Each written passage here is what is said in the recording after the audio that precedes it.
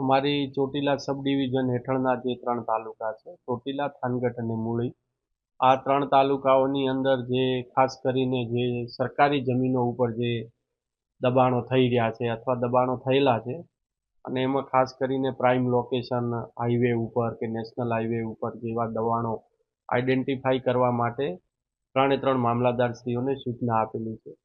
સાથે સાથે અમારી ટીમ દ્વારા પણ તે નાયબ કલેક્ટર ચોટીલાની ટીમ દ્વારા પણ દબાણો આઈડેન્ટિફાઈ કરતા હોઈએ છીએ. તો એના ભાગરૂપે આજે આપણે ચોટીલાની અંદર જે નેશનલ હાઈવે 47 અને જે સરકારી હોસ્પિટલ છે એની આજુબાજુ જ્યારે દબાણો આઈડેન્ટિફાઈ કરતા ત્યારે એક શંકાસ્પદ બાંધકામ છે એ જણાઈ આવે.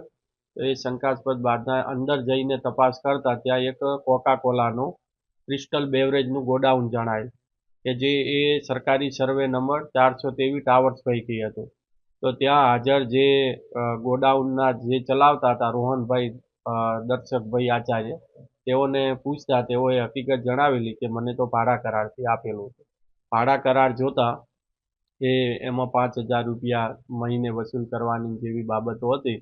પરંતુ આ સરકારી જમીન હોય અને આ જે ભરતભાઈ બાવકુભાઈ ખાચર છે તેઓની વિગત એમણે જણાવેલી ને તેઓ ફોરેસ્ટની અંદર એક ફરજ બજાવે છે અને આ રીતે તેઓએ જમીન ઉપર દબાણ કરી ને દર મહિને 12,000 રૂપિયા વસૂલ કરતા. ગતિવિધિઓમાં એક તો જે કોકા કોલા અને ઠંડા પીણા અને પાણીની બોટલોને એ ગોડાઉન આવેલું છે, એટલે એક તો એ કોમર્શિયલ હેતુની ગતિવિધિ ચાલતી હતી. સાથે સાથે ત્યાં રહેણાંકના પણ 2 ઓરડીઓ આવેલી છે અને ત્યારબાદ એક ઉપરની સાઈડ ગાયોનો તબેલો પણ છે અને અન્ય હેતુ માટે પણ આ જમીનનો ઉપયોગ થતો હતો. આ જે વ્યક્તિ છે દબાણ કરતા એ વન વિભાગના જે કર્મચારી છે ભરતભાઈ બાવકુભાઈ ખાચર છે તે ફોરેસ્ટર તરીકે ફરજ બજાવે છે. તેઓનો હાલ આ દબાણકર્તા તરીકે નિવેદનોની અંદર અને હકીકતો સામે આવેલી છે અને તેઓની સામે જે પણ કંઈ કાર્યવાહી કરવાની થાય છે કાર્યવાહી મામલતદાર શ્રી ચોટીલા દ્વારા હાથ ધરવામાં આવેલી છે. દબાણ કેટલા સમયથી હતું એ જો ભાડા કરાર જોવા જઈએ તો 27/4/25નો ભાડા કરાર છે, એટલે અંદાજિત 8 મહિના જેવું આ દબાણ થયેલું છે. પણ તે છતાંય તપાસ ચાલુ છે કે ખરેખર ક્યારે દબાણ થયેલું હતું. અત્યારે જે ગોડાઉન છે ગોડાઉનને તો તાત્કાલિક ધોરણે સીલ મારવામાં આવ્યું છે.